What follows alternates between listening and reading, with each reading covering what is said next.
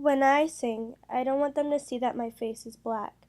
I don't want them to see that my face is white. I want them to see my soul, and that is colorless. Marian Anderson broke barriers, from the color bar at Constitution Hall to the all-white casting tradition at the famous Metropolitan Opera. She also pushed through obstacles such as being born into a poor family, to people discriminating against her because of the color of her skin, to achieve her dream of becoming one of the most well-known opera singers of the 20th century. My documentary is about how a modest, unassuming woman, born into poverty and burdened with the social stigma of a dark shade of skin, became one of the most extraordinary and influential figures of the 20th century. Marian Anderson was born on February 27, 1897, in Philadelphia, Pennsylvania, during the transition from slavery to freedom. Marian's family didn't have much money. Her mother, Anna Delilah Anderson, worked in a tobacco factory, scrubbed floors at Wanamaker's department store, and did people's laundry.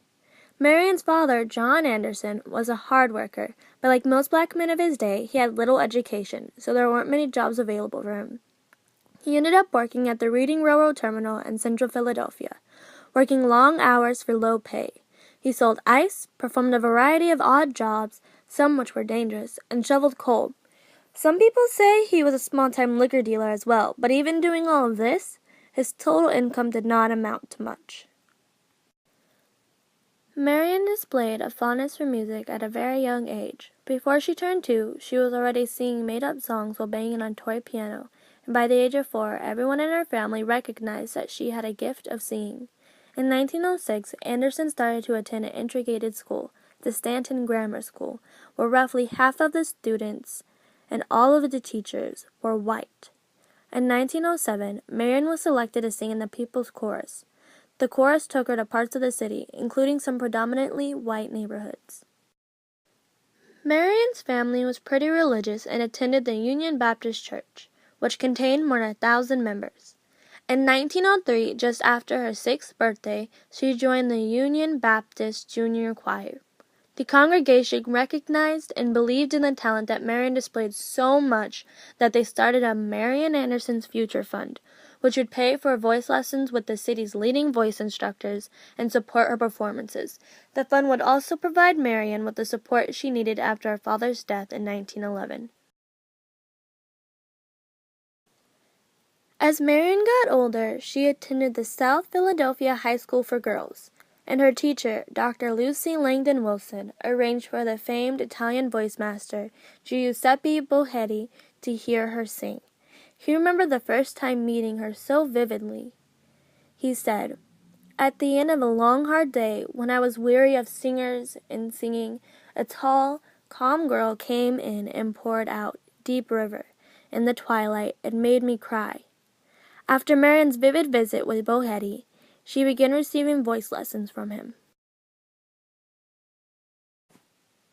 On April 23, 1924, Marian and her new manager, William King, took a giant step and held a concert at New York's Town Hall. Unfortunately, it was poorly attended and the critics found her voice lacking. Marian was so discouraged she contemplated abandoning her career choice, but she didn't. Shortly after, the Philadelphia Choral Society held a benefit concert, providing $500 for her to study 2 years with the leading contralto Agnes Reeve-Snyder.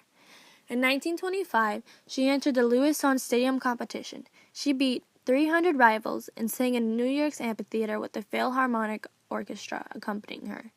In 1928, she sang for the first time at Carnegie Hall. Eventually, she decided to go to Europe, where she spent a number of months studying with Sarah Charles-Cahir before a start of a highly successful European singing tour. Throughout her life, Marian had experienced racism, but the most famous event occurred when Sol Herrick, Marian's manager, contacted the Daughters of the American Revolution to try to rent Washington, D.C.'s Constitution Hall, which was the city's top center at the time. But he was told that there were no dates available. Herrick would have been satisfied with the response he had received, but a rival manager asked about renting the hall for the same dates and were told they were open. Herrick called and questioned the director, and the director told Herrick the truth. even yelling before slamming down the phone, "No Negro will ever appear in this hall when I am manager." In 1935, the Daughters of the American Revolution established a new rule: concert by white artists only. After the public heard about this, they were outraged. Famous musicians protested, and the First Lady, Eleanor Roosevelt, resigned from the Daughters of the American Revolution because of the awful way that they treated Marian Anderson.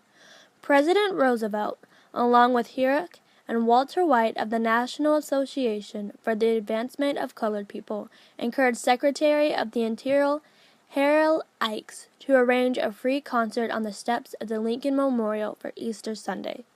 On April 9th, Marian sang before 75,000 people and millions of radio listeners. Genius draws no color line. And so it is fitting that Marian Anderson should raise her voice in tribute to the noble Lincoln whom mankind will ever honor. Miss Marian Anderson.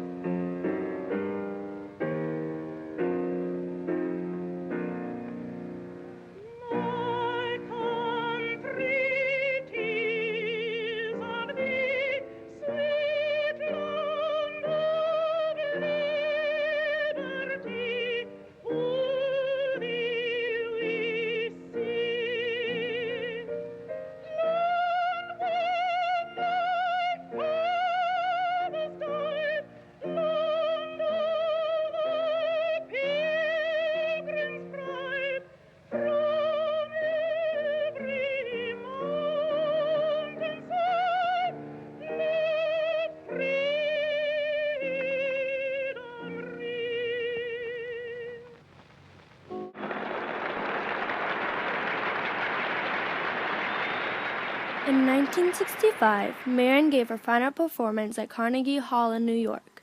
Afterward, she settled with her husband, Orpheus Fisher, on a farm in Connecticut. She died of congestive heart failure on April 8, 1993.